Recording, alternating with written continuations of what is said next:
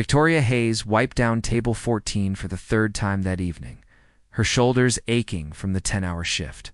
The Golden Terrace restaurant hummed with the quiet conversations of wealthy diners, people who never worried about how they would pay their next bill. She adjusted her black uniform and forced her tired feet to carry her toward the kitchen. Where another round of orders waited, her phone buzzed in her pocket. Another text from Rachel, her sister. The hospital called again. Mom needs the next treatment by Friday or they'll stop the chemo. Victoria closed her eyes and steadied herself against the wall. 48 hours to find $12,000? Impossible. She had already sold everything worth selling. Her car was gone. Her small apartment had been stripped of anything valuable. She worked double shifts 6 days a week, but the money disappeared into the bottomless pit of medical debt faster than she could earn it. Her mother's stage 3 breast cancer had transformed their lives into a nightmare of bills, insurance battles. In desperate prayers, an unusual guest table 7 caught her attention as she returned to the dining room. Sebastian Morgan sat alone, his presence commanding despite his relaxed posture. Victoria had heard the other servers whispering about him. Tech billionaire, youngest self-made mogul in the city, worth more than some small countries. He came to the Golden Terrace twice a month, always alone, always ordering the same meal. Victoria approached with her practiced smile. It's the one that hid everything crumbling inside her. "Good evening, sir. Are you ready to order?" Sebastian looked up from his tablet, and Victoria found herself caught in his sharp blue eyes. There was an intensity there that made her breath catch, along with something else she could not quite identify. Weariness, perhaps, or loneliness. "The usual," he said, his voice smooth and controlled. "And bring 2 glasses of the 2015 Bordeaux." "2 glasses, sir?" Victoria glanced around, seeing no one approaching his table. "One for you," Sebastian replied calmly. "After you bring the wine, I would like you to sit with me for 15 minutes. I will compensate you for your time." Victoria felt heat rush to her cheeks. "Sir, I appreciate the offer, but I am working. I cannot just sit with customers." Sebastian reached into his jacket and placed a stack of bills on the table. $5,000. 15 minutes of conversation. Nothing inappropriate, nothing uncomfortable. Just talking. The proposition. Victoria stared at the money. $5,000. Almost half of what she needed for her mother's treatment. Her hands trembled slightly as she picked up the bills, feeling their weight. This was wrong. Everything about this screamed danger. But desperation had a way of drowning out warning bells. "Let me get your wine," she whispered. When she returned, Sebastian gestured to the chair across from him. Victoria sat, hyper-aware of her manager's potential disapproval, of the other diners who might be watching, of the surreal nature of this moment. "You look exhausted," Sebastian observed. "How long have you been working today?" 10 hours. "I have another restaurant shift after this one ends." "Why?" The question was simple, but Victoria heard genuine curiosity behind it. "Because my mother has cancer. Because the treatments cost more than I can possibly earn. Because I am drowning and nobody is throwing me a lifeline." Sebastian nodded slowly, as if she had confirmed something he already knew. "I have a proposition for you, Victoria. A business arrangement." Her stomach tightened. "If this is what I think it is, I should tell you now that I am not interested in that kind of arrangement." A faint smile touched his lips. "I need someone to attend a charity gala with me this Saturday evening. My grandmother has been pressuring me to appear more settled, more human to potential business partners. She believes my reputation as a cold, calculating businessman is hurting certain deals. I need someone intelligent, genuine, and capable of playing a role convincingly for one night." Victoria waited. Knowing the other shoe had not yet dropped, "I am offering you $100,000 for 8 hours of your time," Sebastian continued, his voice matter-of-fact. "You would arrive as my companion, interact with my business associates, convince them that I am capable of normal human connection, and leave at the end of the evening. Nothing physical beyond what would be expected of a couple in public. Hand-holding, perhaps a dance, polite conversation." The decision. Victoria's mind reeled. $100,000. That would cover her mother's treatments for months. It would give them breathing room, Time to figure out next steps, a chance at survival. Why me? She asked, her voice barely steady. You could hire a professional. You could ask any woman in this city, and they would say yes. Because those women want something from me beyond money, Sebastian replied. They want access to my world, my connections, a relationship. You want none of those things. You want to save your mother's life. That makes you the most honest option available. You will play the role, accept payment, and return to your life. Clean, simple, and mutually beneficial. Victoria studied the man across from her. There was no warmth in his expression, no hint of deception, but also no real emotion. He spoke about hiring her for the evening the same way. He might discuss purchasing new office furniture. Transactional, businesslike, safe. In its own strange way, I need a contract, Victoria said finally. Everything in writing? Payment terms, exact expectations, legal protection? Sebastian pulled out his phone. My attorney will draft something tonight. You will receive it tomorrow morning. Half the payment will be deposited into your account when you sign. The remainder after the event concludes successfully. He stood, extending his hand. Do we have an agreement? Victoria rose on shaking legs. She thought about her mother, pale and weak in that hospital bed. She thought about Rachel, trying to balance college and part-time work to help with bills. She thought about all the doors that had slammed in her face, all the loan applications denied, all the credit cards maxed out. Sometimes survival meant making choices you never imagined making. She took his hand, feeling the firm grip, the warmth of his skin. Yes, we have an agreement. The contract arrives the next morning. Victoria sat in her tiny apartment, staring at the email from Sebastian's attorney. The contract was thorough, almost intimidating in its detail. Every aspect of the evening was outlined. Dress code requirements, acceptable conversation topics, physical contact parameters, payment schedule. There was even a clause about confidentiality, but there was also a deposit confirmation. $50,000 had been transferred to her account. Victoria checked her banking app 3 times, convinced it had to be an error. But the money was real. She called the hospital and paid for her mother's next 3 treatments. The relief in the billing coordinator's voice made Victoria's eyes burn with tears. Her phone rang. Sebastian's name appeared on the screen. The stylist will arrive at your apartment Friday at 2 in the afternoon, he said without preamble. She will handle everything. Hair, makeup, dress, shoes, jewelry. Do not argue with her choices. She knows what is required. Understood, Victoria replied. There was a pause. Then Sebastian spoke again, his voice slightly softer. Thank you for agreeing to this, Victoria. I realize how strange this arrangement must seem. Before she could respond, he had ended the call. Victoria looked around her bare apartment. In 48 hours, she would enter a world so far removed from her reality that it might as well be another planet. She would pretend to be someone she was not, playing a role for people who would never know her real story. But her mother would live, and sometimes that was all that mattered. Friday afternoon arrived with unexpected sunshine streaming through Victoria's apartment windows. She had barely slept, her mind cycling through every possible disaster that could unfold at the gala. What if she said something wrong? What if Sebastian's business associates saw through the charade? What if she embarrassed him and lost the second half of her payment? The knock at her door came precisely at 2 o'clock. A tall woman with silver hair swept into an elegant bun stood in the hallway, carrying what looked like an entire wardrobe and garment bags. Behind her, 2 assistants struggled with cases of makeup and styling equipment. Victoria Hayes. The woman extended a perfectly manicured hand. I am Claudette Rousseau. Mr. Morgan has hired me to prepare you for this evening. We have much work to do in limited time, so please, let us begin. For the next 4 hours, Victoria was transformed. Claudette worked with the precision of a surgeon, selecting a midnight blue gown that hugged Victoria's figure before flowing to the floor in elegant waves. The fabric shimmered when she moved, catching light like water under moonlight.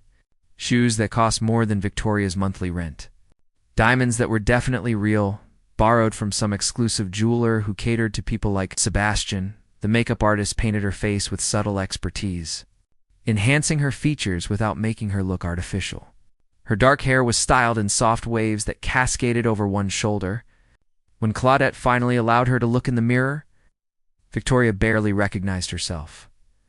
"You're stunning," Claudette said with satisfaction. "Mr. Morgan will be very pleased. Remember, confidence is your greatest accessory. Walk like you belong in that dress, and everyone will believe you do." The arrival at exactly 7 o'clock. A sleek black car pulled up outside Victoria's building. The driver, an older gentleman with kind eyes, opened the door for her. "Miss Hayes, I am Frederick. I will be driving you this evening. Mr. Morgan is waiting at the venue." The drive through the city felt surreal. Victoria watched familiar streets pass by, seeing her world from this new perspective. People hurried along sidewalks, rushing to second jobs, or heading home after long shifts. She had been one of them just yesterday. Tonight, she was someone else entirely. The Grand Astoria Hotel rose before them, its facade glowing with golden light. A red carpet stretched from the street to the entrance, lined with photographers and curious onlookers. Victoria's heart hammered against her ribs. Frederick opened her door and offered his hand. "You look beautiful, miss. Just breathe and smile. You belong here tonight." Victoria stepped onto the red carpet, immediately overwhelmed by camera flashes and the murmur of the crowd. She froze, panic rising in her throat. Then Sebastian appeared at her side. He wore a perfectly tailored tuxedo that emphasized his broad shoulders and commanding presence. But it was his expression that caught Victoria off guard. When his eyes met hers, something flickered there that looked almost like genuine admiration. "Victoria," he said softly, offering his arm. "You look extraordinary." She slipped her hand through his arm, feeling the solid warmth of him beside her. "Thank you. So do you." As they walked toward the entrance, Sebastian leaned close, his breath warm against her ear. "Just stay with me. Follow my lead. You are doing perfectly." Inside the Lion's Den, the ballroom took Victoria's breath away. Crystal chandeliers hung from soaring ceilings, casting prismatic light across hundreds of elegantly dressed guests. An orchestra played classical music from a raised stage. Servers circulated with champagne and hors d'oeuvres that probably cost more than Victoria's weekly groceries. Sebastian's hand rested lightly on the small of her back as he guided her through the crowd. People turned to stare, whispers following in their wake. Victoria recognized faces from news articles and magazine covers. Politicians, tech moguls, entertainment industry executives. The kind of people who shaped the world with their decisions. "Sebastian," an older woman's voice, cut through the noise. "About time you arrived." A striking woman in her 70s approached, her posture regal, her eyes sharp and assessing. She wore emeralds that matched her green gown, and her silver hair was styled in an elaborate updo. This had to be Margaret Morgan, Sebastian's grandmother. "Grandmother," Sebastian said smoothly. "May I introduce Victoria Hayes?" "Victoria, this is my grandmother." Margaret Morgan. Victoria extended her hand, remembering Claudette's advice about confidence. "It is a pleasure to meet you, Mrs. Morgan. Sebastian has told me wonderful things about you." Margaret's eyebrows rose slightly. "Has he? How unusual." "My grandson rarely speaks about anything other than business." She studied Victoria with unnerving intensity. "You are not his usual type. I will take that as a compliment," Victoria replied, maintaining her smile. A brief flicker of amusement crossed Margaret's face. "Smart girl. Walk with me, dear. Let us get to know each other while Sebastian handles his business obligations." Unexpected conversations. Sebastian shot Victoria an apologetic look before being pulled away by a group of men in expensive suits. Margaret linked her arm through Victoria's, steering her toward a quieter corner of the ballroom. "Tell me, dear, how did you meet my grandson?" Margaret asked, accepting a glass of champagne from a passing server. Victoria had prepared for this question. The truth, carefully edited. "At the Golden Terrace. I was working there, and Sebastian was a regular customer. We started talking, and he asked me to accompany him tonight." "Working there," Margaret repeated thoughtfully. "As what exactly?" "As a server, Victoria said, lifting her chin. I am not ashamed of honest work, Mrs. Morgan, nor should you be. Margaret's expression softened slightly. I started as a seamstress, you know. Worked 16-hour days in a cramped shop before I married Sebastian's grandfather. People forget that wealth often has humble beginnings. Victoria felt some of her tension ease. You built an empire together, we did. And when he died, I maintained it, expanded it, ensured my family would never know poverty again. Margaret sipped her champagne. But wealth comes with complications. My grandson, for instance, brilliant, driven, successful beyond measure. Also lonely, isolated, and so afraid of genuine connection that he keeps everyone at arm's length. Victoria did not know how to respond to such candid assessment. You seem different from the others he has brought to these events. Margaret continued. There is authenticity about you. Pain, too. I recognize it because I have carried my own. Everyone has pain, Mrs. Morgan, Victoria said quietly. Some people just hide it better than others. The Dan Sebastian reappeared as dinner was announced, looking relieved to escape whatever conversation he had been trapped in. He guided Victoria to their assigned table, where they were joined by other couples. The conversation flowed around topics Victoria barely understood. Mergers, stock prices, political maneuvering. She listened more than she spoke, asking occasional questions that Sebastian seemed pleased to answer. When dinner concluded, the orchestra began playing waltzes. Couples moved onto the dance floor, swirling together in practiced movements. Sebastian stood and extended his hand.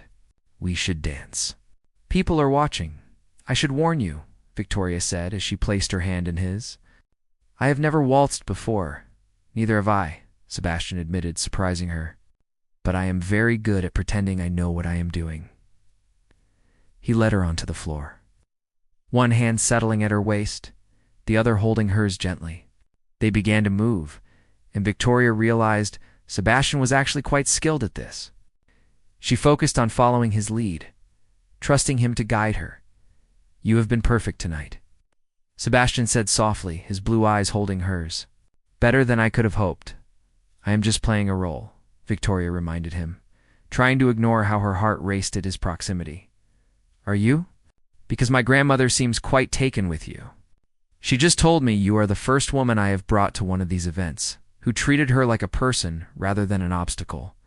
Your grandmother is formidable, Victoria said, but she is also kind. She told me about starting as a seamstress. She never tells anyone that story. Sebastian's expression grew thoughtful. What else did you two discuss? You, mostly. She thinks you are lonely. Sebastian's jaw tightened almost imperceptibly. My grandmother sees what she wants to see. Or maybe she sees what you hide from everyone else. They danced in silence for a moment. Then Sebastian spoke again, his voice lower. Why did you really agree to this arrangement, Victoria? The truth. Victoria met his gaze directly. Because my mother is dying of cancer. Because I have exhausted every option, maxed every credit card, begged every person I know for help. Because your offer was the difference between her living and dying. That is the truth. Something shifted in Sebastian's expression. The careful control cracked just slightly, revealing a glimpse of the man beneath the billionaire facade. I am sorry about your mother. Do not be sorry. Just honor our agreement. That is all I need from you. The rival man approached as the song ended, his smile too bright, his eyes calculating.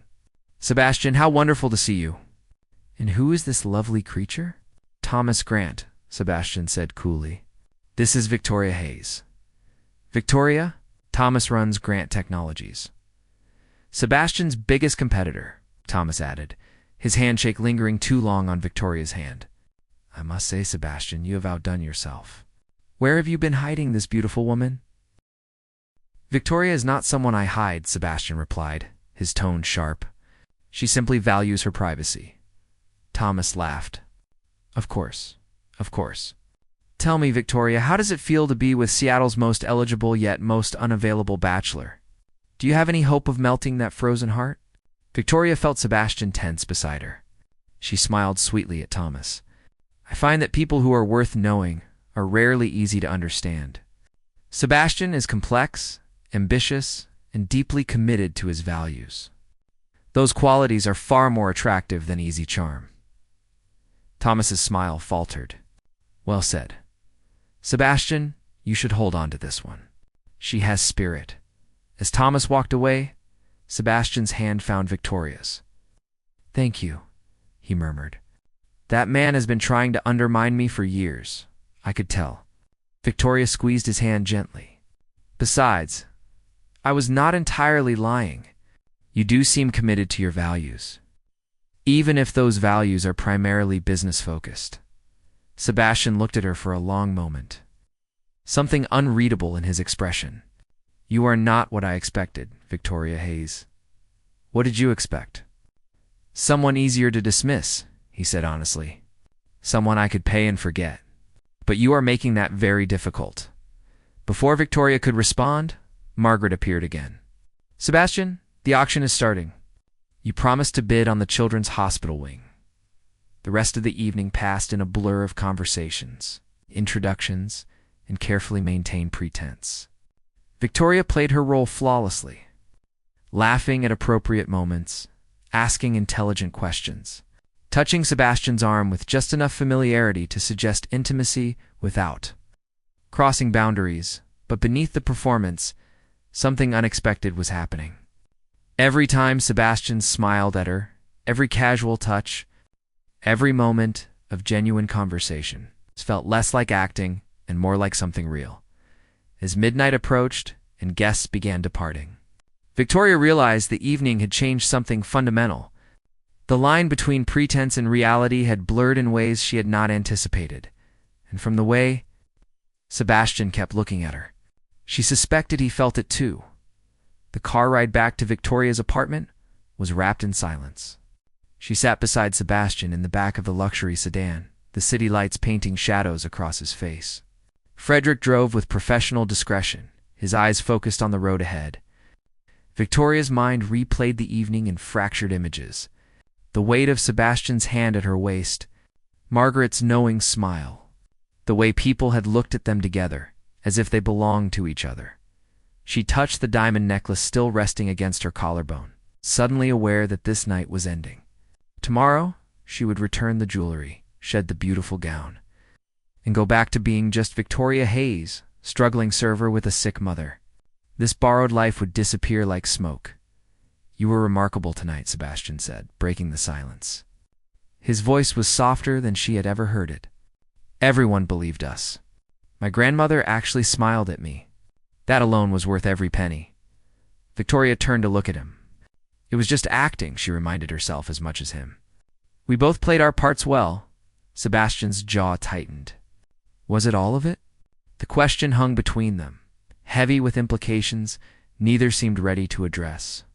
Victoria looked away, watching familiar streets come into view. Her neighborhood looked shabbier after the glittering world of the gala, the contrast almost painful.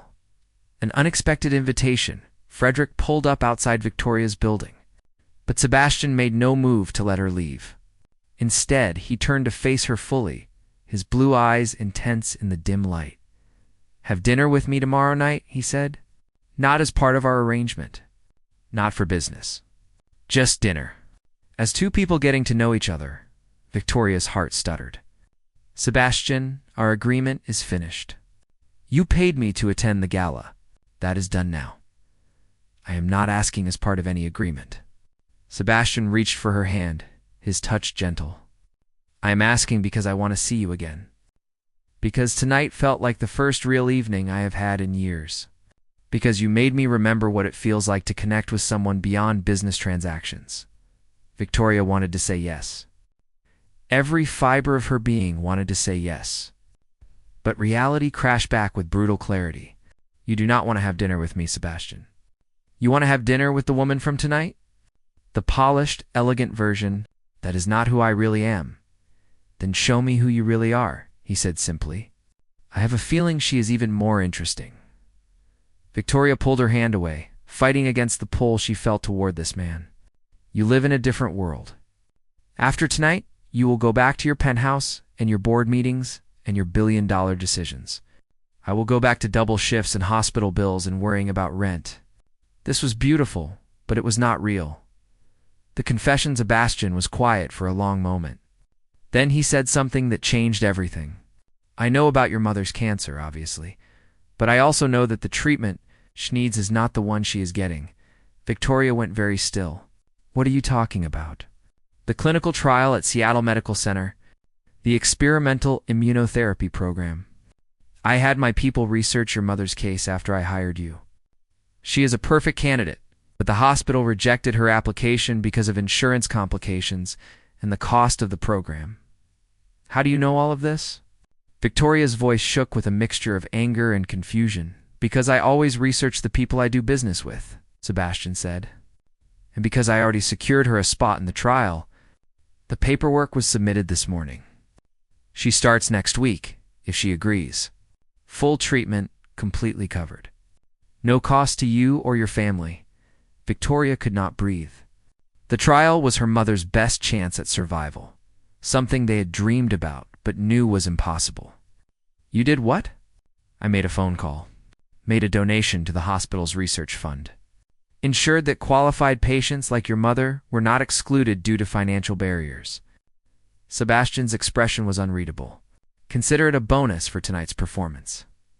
Tears burned Victoria's eyes, but anger flared alongside gratitude. You had no right to interfere in my mother's care without asking me. No right to make decisions about my family, you are correct, Sebastian acknowledged. I overstepped, but I am not sorry I did it. Your mother deserves the best possible treatment, and you deserve not to destroy yourself trying to pay for it.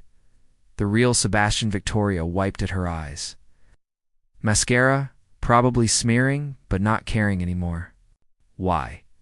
Why would you do this for someone you barely know? Sebastian looked away, his controlled facade cracking. Because I watched my own mother die when I was 15. Breast cancer, same as yours. We had money for the best treatments, the best doctors, but it was not enough. She suffered for 2 years before the end. I was helpless then. Just a kid who could not save the person who mattered most. His voice roughened with emotion he usually kept buried. When I read about your mother's case, about you working yourself to exhaustion trying to save her, I saw myself. That desperate need to do something, anything, to change the outcome. I have spent 20 years building wealth and power, and for what? If I cannot use it to help someone, when I actually have the ability to make a difference? Victoria's anger dissolved. This was not the cold billionaire from their first meeting. This was a man carrying his own pain, his own scars, hidden beneath expensive suits and business acumen. I'm sorry about your mother, she whispered. That must have been devastating. It shaped everything I became, Sebastian said. The drive to succeed, the need for control, the walls I built around myself. My grandmother says I stopped letting people in after Mom died. She is probably right. Is that why you never have real relationships? Victoria asked gently. Why you needed to hire someone to play the role of caring about you? Sebastian's laugh was bitter. Pathetic, is it not? A man with everything, who has no idea how to connect with another human being without a contract and payment terms. Victoria's Secret Victoria took a deep breath. Since we are being honest, there is something you should know about me. Something I have not told you. Sebastian waited, his attention completely focused on her. I am not just a server trying to save her mother, Victoria said. I have a degree in art history from Columbia University. I graduated summa cum laude. I had a promising career starting at a prestigious gallery in New York. I was engaged to a man I thought I loved. Sebastian's eyebrows rose slightly, but he said nothing. Then my mother got sick. Victoria continued. My father had died years earlier, so it was just me and my sister Rachel. The medical bills started piling up. My fiancé could not handle the stress, the financial burden, the reality that my life was no longer going to be easy and carefree. He left. The gallery could not hold my position when I had to move back to Seattle to be near my mother. Everything I had worked for disappeared. She met Sebastian's gaze directly. So I took jobs as a server because they pay cash, and I could work multiple shifts. I sold everything valuable I owned. I let people assume I was just an uneducated waitress because their assumptions did not matter. All that mattered was keeping my mother alive. But I am not the person you think I am, Sebastian. I had dreams once too. I lost them, same as you lost parts of yourself. The shift Sebastian reached for her hand again. And this time, Victoria did not pull away. You are extraordinary, he said quietly. Not despite what you have been through, but because of how you have handled it. You sacrificed everything for the people you love. That is not weakness. That is strength I have never possessed. You built an empire, Victoria pointed out. That takes tremendous strength. I built walls, Sebastian corrected. There is a difference. You have been building bridges even when it cost you everything. They sat in silence, hands intertwined, to people who had been performing for so long that they had almost forgotten how to be real. The night wrapped around them like a cocoon, the city quiet at this late hour. Have dinner with me, Sebastian said again. Please, not in some fancy restaurant. Not as billionaire and struggling server. Just as two people who have both lost things, who both understand what it means to keep fighting, even when everything seems impossible. Victoria studied his face, seeing vulnerability there that she suspected few people ever witnessed. This was dangerous territory. Getting involved with Sebastian Morgan could complicate everything. But she had spent so long being practical, being careful, sacrificing her own needs for others. Maybe it was time to be brave in a different way. Okay, she whispered. Dinner. But somewhere normal. Somewhere real. Days later, the next week unfolded in ways Victoria never could have imagined. Her mother started the clinical trial, her doctors cautiously optimistic about her response to treatment. Rachel cried with relief when Victoria told her the news. Though Victoria still had not explained exactly how the miracle had happened, Sebastian called every day. Not with business propositions or formal arrangements, but with simple questions. How was her mother doing? Had Victoria eaten lunch? Would she like to take a walk through the park that evening? They had dinner at a small Italian restaurant in Victoria's neighborhood. Sebastian arrived in jeans and a simple sweater, looking more relaxed than she had ever seen him. They talked for hours. About art and business, about loss and hope, about the strange paths their lives had taken. He told her about building his company from nothing, sleeping in his office for the first 2 years, risking everything on ideas that people said would fail. She told him about studying Renaissance paintings, how she used to lose herself in museums. Finding stories in brushstrokes and color choices. You should go back to it, Sebastian said. Your passion for art. You could work at a gallery again, curate exhibitions, do what you love. Maybe someday, Victoria replied. When my mother is stable. When Rachel finishes school. When I can breathe again. What if you did not have to wait? Sebastian asked carefully. What if you had the freedom to pursue what matters to you now?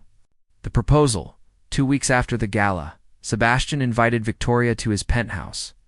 She had been nervous about seeing where he lived, imagining cold modern spaces that reflected his business persona. Instead, she found warm woods, comfortable furniture, and walls covered in artwork that revealed his hidden depths. A Monet hung in his living room. Victoria stopped in front of it, tears springing to her eyes. This is from his Water Lily series. It is extraordinary. It was my mother's favorite, Sebastian said softly, coming to stand beside her. I bought it at auction 5 years ago.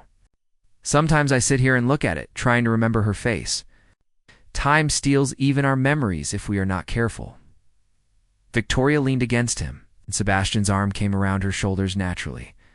They stood together. Two damaged people finding unexpected comfort in each other.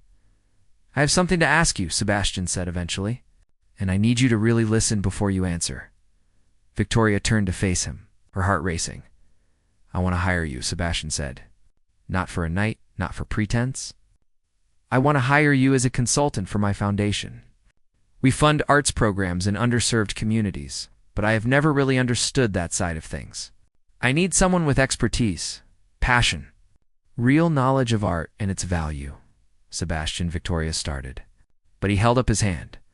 Before you assume this is charity or some excuse to give you money, let me finish. This is a real position.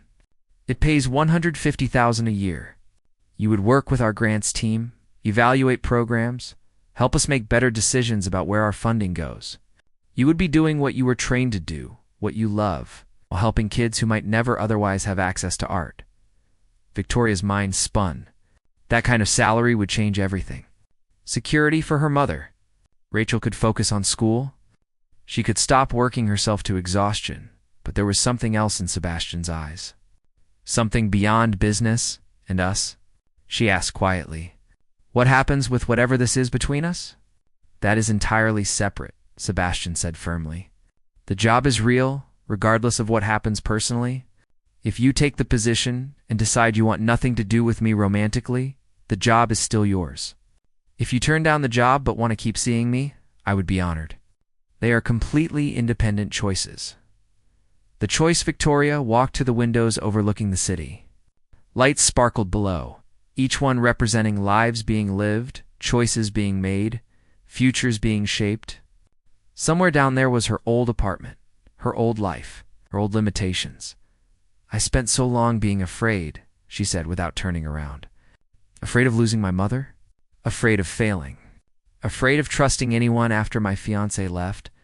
I built my own walls, Sebastian. Different from yours, but just as high. I know, he said. I see them, just like you see mine. Victoria turned to face him. If I say yes to the job, I work hard. I earn my salary. I do not want special treatment because of whatever is happening between us. I would expect nothing less. And if I say yes to you, to exploring this connection, you have to promise me something. Anything you have to promise to be real with me, Victoria said. No more performances. No more hiding behind business arrangements and contracts. If we do this, we do it as two imperfect people trying to figure out how to let someone in. Sebastian crossed the room and took her hands in his.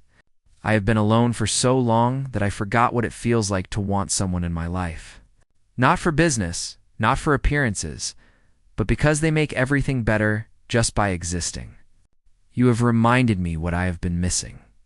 He cupped her face gently. I cannot promise I will not stumble.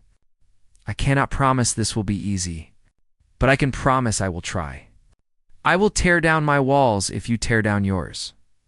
Victoria smiled through tears. That sounds terrifying. Terrifying, Sebastian agreed, but also worth it. She kissed him then, soft and sweet and full of hope. When they pulled apart, both were smiling. Victoria stood in the gallery space, watching children from the community center work on their paintings. The art program she had developed was thriving, giving kids opportunities they never would have had otherwise. Her mother's cancer was in remission, the trial proving even more successful than doctors had hoped. Rachel was excelling in school, her future bright, and Sebastian. He was late, as usual, caught in a meeting that ran long. But he would come, just like he always did, bringing coffee and that slight smile that was reserved only for her. They had not been perfect. There had been arguments about his workaholic tendencies and her stubborn independence. There had been moments when old fears resurfaced, when walls tried to rebuild themselves. But they kept showing up, kept choosing each other, kept being brave enough to be real. The gallery door opened, and Sebastian walked in with 2 coffee cups and an expression of pure contentment. He kissed her cheek and handed her a cup, then stood beside her watching the children create. This is good work, he said softly. You are changing lives here. We are changing lives, Victoria corrected. Your foundation made this possible. Our foundation, Sebastian amended. We are partners now, remember? Victoria leaned against him, marveling at how far they had both come. From a desperate transaction in a restaurant to this moment of genuine connection and shared purpose. Life had a strange way of bringing people together, of turning pain into purpose, of making something real from what started as pretense. One of the children finished her painting and brought it over shyly. A sunset in brilliant oranges and pinks, full of hope and possibility. It is beautiful, Victoria told her, crouching down. What made you choose these colors? They are happy colors, the girl said simply. They make me feel like good things are coming. Victoria looked up at Sebastian, who was watching her with such tenderness that her heart ached. Good things are definitely coming, she agreed, as the afternoon sun streamed through the windows. painting everything in golden light. Out. Victoria Hayes realized that sometimes the best things in life came from the most unexpected places, from desperate moments and unlikely arrangements, from two people brave enough to be honest about their brokenness and strong enough to heal together. The proposition that had started everything was long fulfilled. But the real story, the one that mattered, was just beginning. The end.